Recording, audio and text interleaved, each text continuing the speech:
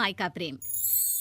रिद्धि की सास को हर वक्त अपने मायके का गाना गाने की आदत थी।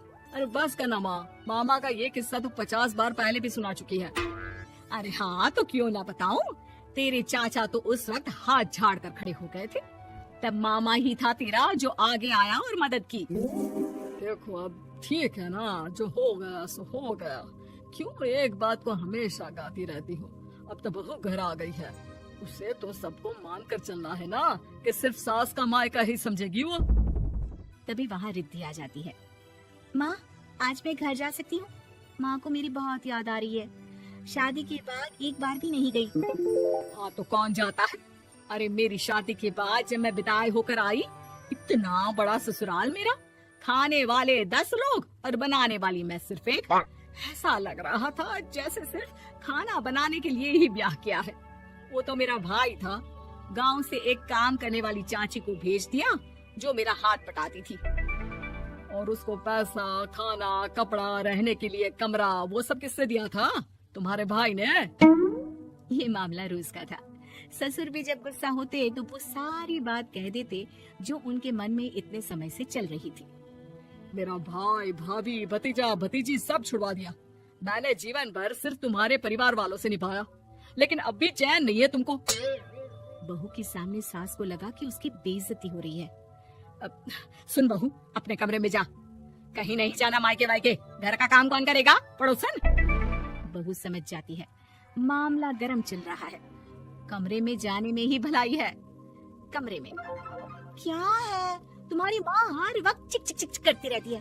कल ताई मिली थी तुम्हारी मुझे, लेकिन मजाल है सासू माँ की उन्होंने एक बुराई की हो, लेकिन सासू माँ हाँ, जब देखो तब ससुराल के लोगों की बुराई करती रहती है। बेचारे पापा जी कितना मिस करते हैं अपने घर वालों को।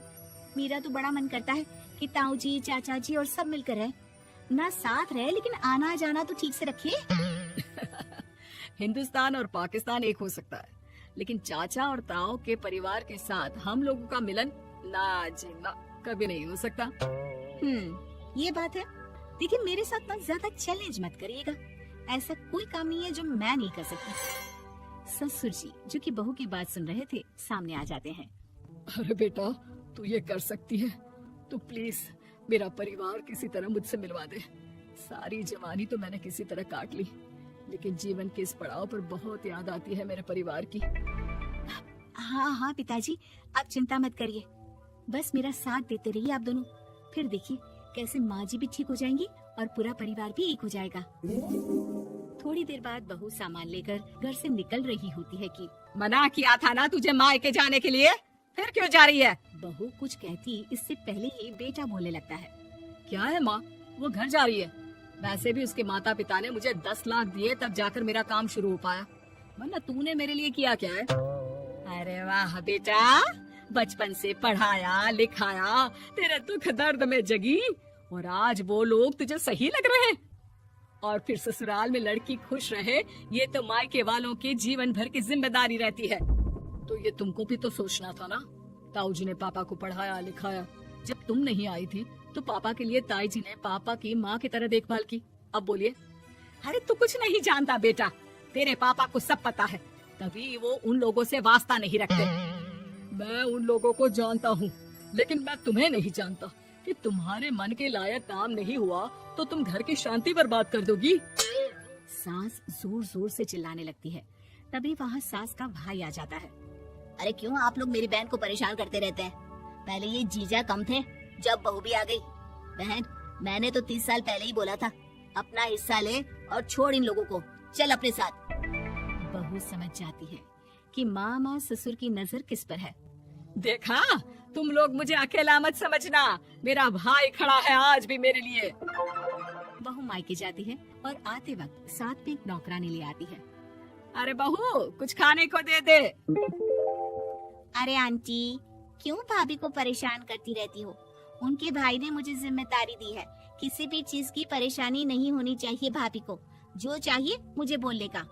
आय हाय, बहू के मायके वालों का इतना दखल। ये मेरा घर है, कोई कल का आए इसे पूरा कैप्चर कर ले, ये बर्दाश्त नहीं होगा मुझसे। क्या हो गया सासू माँ, क्यों सुबह सुबह चिल्ला रही हैं? चमेली, ओ चमेली, क्या कहा था मेरे भाई ने तुझे? अरे दीदी बहुत तेज है आपकी सासू माँ। मैंने तो बोला कुछ चाहिए तो मांग लो मुझसे। अरे निकल यहाँ से, घर को रेलवे स्टेशन बना रखा है, जो देखो वो घुमा जा रहा है यहाँ से वहाँ। ये कहीं नहीं जाएगी, ये जाएगी तो घर का काम कौन करेगा? मैं। हाँ और क्या करती है बहुएं, घर का काम ही तो करती है, इसमें नया क्या है? तभी वहाँ ससुर जी आ जाते हैं। हाँ तो यही बात तो तुम्हें भी समझनी चाहिए थी ना। आज बहू के मायके से नौकर आ गया तो तुम्हें बुरा लग रहा है? अरे तो उस वक्त गर्मा गर्म खाना तो सबने खाया ना। ऐसा तो नहीं है कि मेरे मायके का नौकर था तो सिर्फ मेरे लिए बनाता था। अरे निकालो इसे फिलहाल, बाद में बात करती हूँ। सास का गुस्सा जोर से नौकरानी पर फूटता है। तभी वहाँ बेटा सामान के साथ आकर खड़ा हो जाता है। चलो रिद्धि, तुम ठीक बोलती हो, मेरी माँ को तो हम लोगों की कोई फिक्र है ही नहीं, ये तो सारा दिन सिर्फ अपने बारे में सोचती है। और देखिए, मैं अब से कह रही हूँ कि अब से इस घर की तरफ आपको देखना भी नहीं है, नहीं आना आज के बाद इन लोगों से मिलने। हाँ हाँ, बस कभी कभी दिन में 2 बार मिलने आ जाओ। नहीं, बिल्कुल नहीं। ससुर झूठा नाटक करते हुए। मेरी बीवी ने मुझे मेरे ही परिवार से दूर कर दिया, आज बहू मेरा इकलौता बेटा दूर कर रही है। हाय कैसे जीऊंगा मैं। वाह, वो भाई जो आपको बेटे की तरह मानता था, उन्हें छोड़ने में तो दुख नहीं हुआ।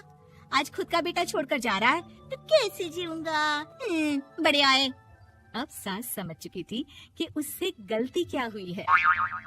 मुझे माफ कर दे बहू, अब मेरी समझ में आ गया कि अपनों से दूर कर बीवियां पति का भला नहीं बल्कि उन्हें जीवन में अकेला कर रही है। मुझे माफ कर दे, मैं अब सबसे माफी मांग लूंगी। ससुर जी दूर से बहू को थम्स अप दिखाते हैं।